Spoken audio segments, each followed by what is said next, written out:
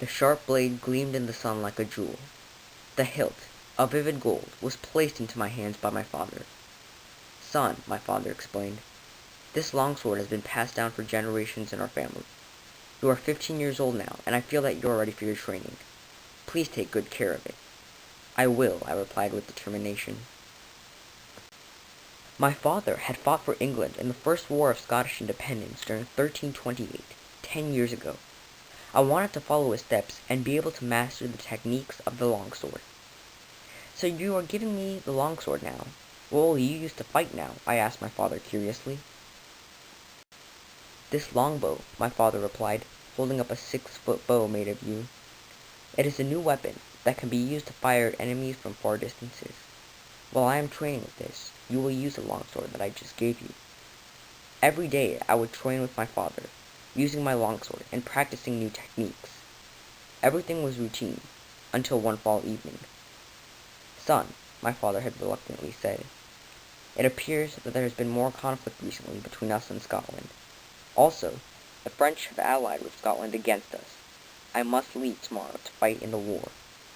"But how will I continue my training?" I asked. "I will train you as much as I can," my father stated, "so that you can train on your own." "Can I come and fight in the war with you?" I asked unknowingly. "Of course not," my father told me strictly. "You still have a lot to learn, and you need to take care of your mother. She is getting old, and the war will cause prices of essential goods, like wheat, to dramatically increase. You need to stay here and to help take care of her." "I understand," I said, my expression changing in disappointment. And the following day, my father left for war. I would never forget that moment. Many years had passed since my father had left. "Mother," I said worriedly, "the prices of wheat are increasing. I must go off to war. If I do not, then we will become broke. Hopefully, I will get compensated in some way." "No, it is too dangerous for you," my mother said sternly. "But there's nothing I can do here that will help our cause." "Son, I need to tell you something." My mother's voice had just changed tone. "Earlier today, a town crier had told me that your father had been killed in battle. It is just too risky for you to go." I could not believe what I had heard. Rage erupted inside me.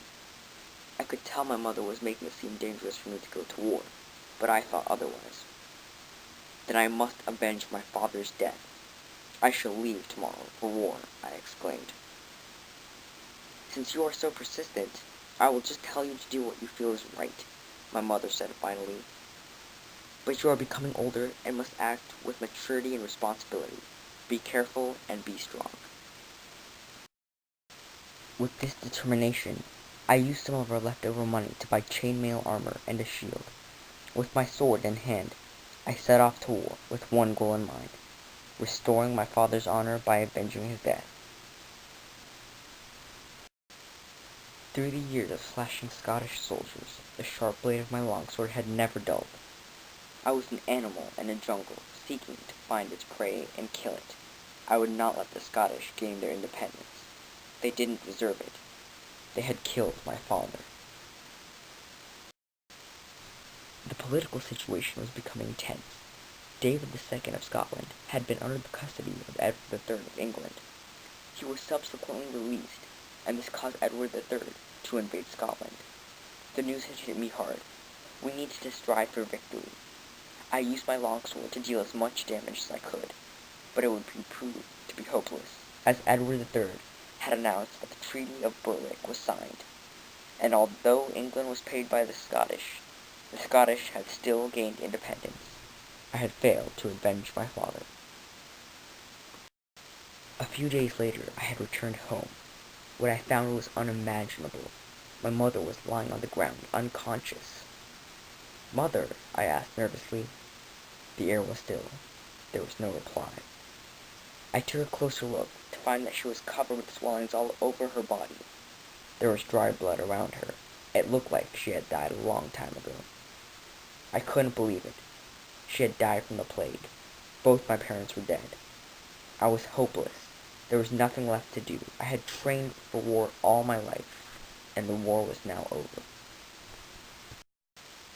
"There's only one way I can honor my father as a failure," I whispered to myself. I walked to the spot where my father had first handed me the family longsword. I grabbed the golden hilt. It felt just as it had when my father had first given it to me. I extended my arms. My eyes met the sharp, deadly blade. I pulled my arms towards me. Eternal pain blasted throughout my body as I fell to the spot where my father had unknowingly given me the weapon of my death more than 20 years before.